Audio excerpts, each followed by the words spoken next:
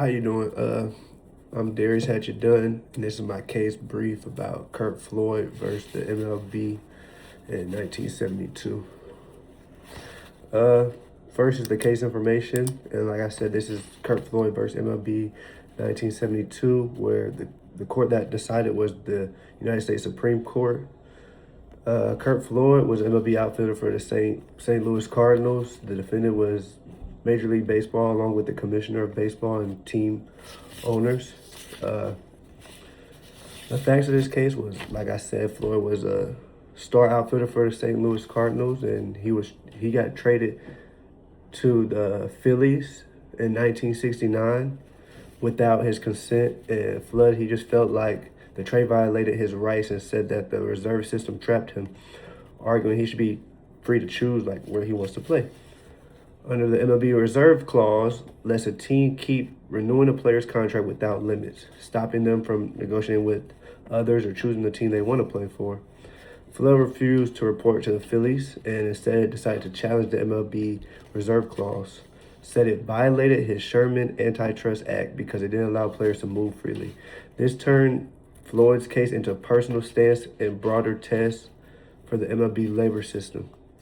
The issues of this was that the legal issues centered on whether the MLB reserve clause violated the federal antitrust law, and Flood wanted to be able to choose where he wanted to play and not the MLB telling him where he had to play.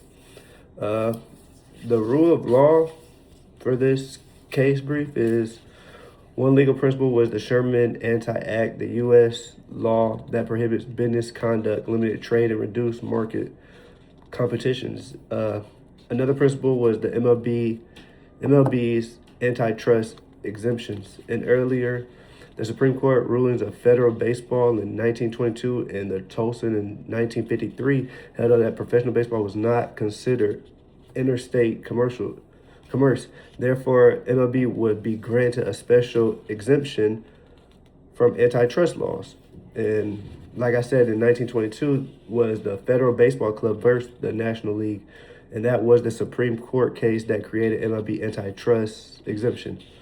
And basically, I'm going to tell you a few facts about that case. Was that claim the MLB's leagues were trying to destroy the federal league by blocking competition and approaching its players.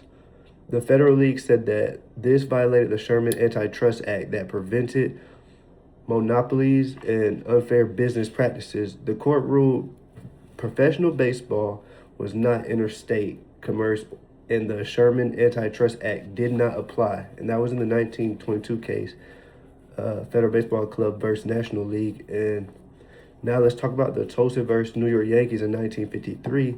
And that was a case in the Supreme Court that was about whether the MLB should continue to receive special antitrust exemptions that was created in the 1922. And in that case, George Tolson, a pitcher, challenged the MLB reserve clause, saying it violated the Sherman Antitrust Act. Tolson said the reserve system restricted player movement and acted like a monopoly, and the court ruled it would not change.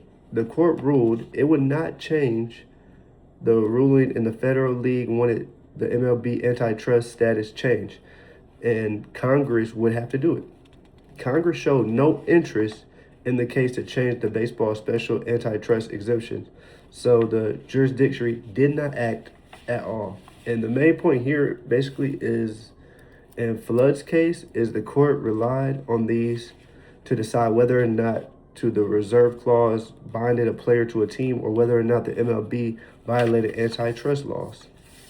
And the application of this case was the courts applied the rule of law by first looking into the two cases in the 1922 case in the Federal Baseball Club versus National League and the 1953 case with Tolson, the pitcher, versus the New York Yankees in 1953.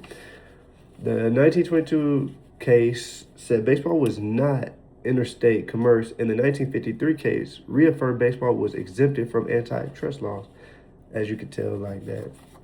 goes with each other. But these two cases together created a binding legal rule of the MLB being exempted from the Sherman Antitrust Act unless Congress steps in and ruled differently. The court analyzed these facts by acknowledging Flood. His point was valid, and he was traded without consent. The reserve clause restricted his ability of movement, and the MLB does operate across state lines. The court chose legal rule matter more than the new facts of showing that the reserve clause did limit players' freedom. And the main thing with the conclusion, before I get into the conclusion, was, as you can see, that in 1922, where claimed MLB leagues were trying to destroy the federal league by blocking competitors and approaching its players, and where in 1922 the court ruled professional baseball was not interstate commerce and the Sherman Antitrust Act did not apply. And then the 1953 case where Tosin versus New York Yankees, where the court ruled it would not change the ruling, and if the federal league wanted the MLB antitrust status changed, then Congress would have to do it. And Congress showed no interest in the case to change the baseball special antitrust exemption. So the jurisdiction did not act whatsoever. Okay, and then the conclusion is the final ruling in Flood versus the MLB in 1972 was that the Supreme Court upheld the Major League Baseball special antitrust exemptions. And even though baseball clearly operates in interstate commerce by operating across state lines, the reserve clause will remain in place. The Supreme Court refused to overturn the MLB antitrust exemption because Major League and Minor League Baseball have relied on them for decades. The court felt that deceased overweight Flood's argument. The court took Congress' silence of not ever before changing the baseball exemptions as a sign that Congress accepted the ruling. So in conclusion, yes, the reserve clause does restrict the players, and yes, baseball does participate in interstate commerce, but the law, baseball is exempt, so everyone must follow the law. And that was the final conclusion of that case. That was it of my case brief, and I want everyone to have a good day. Thank you.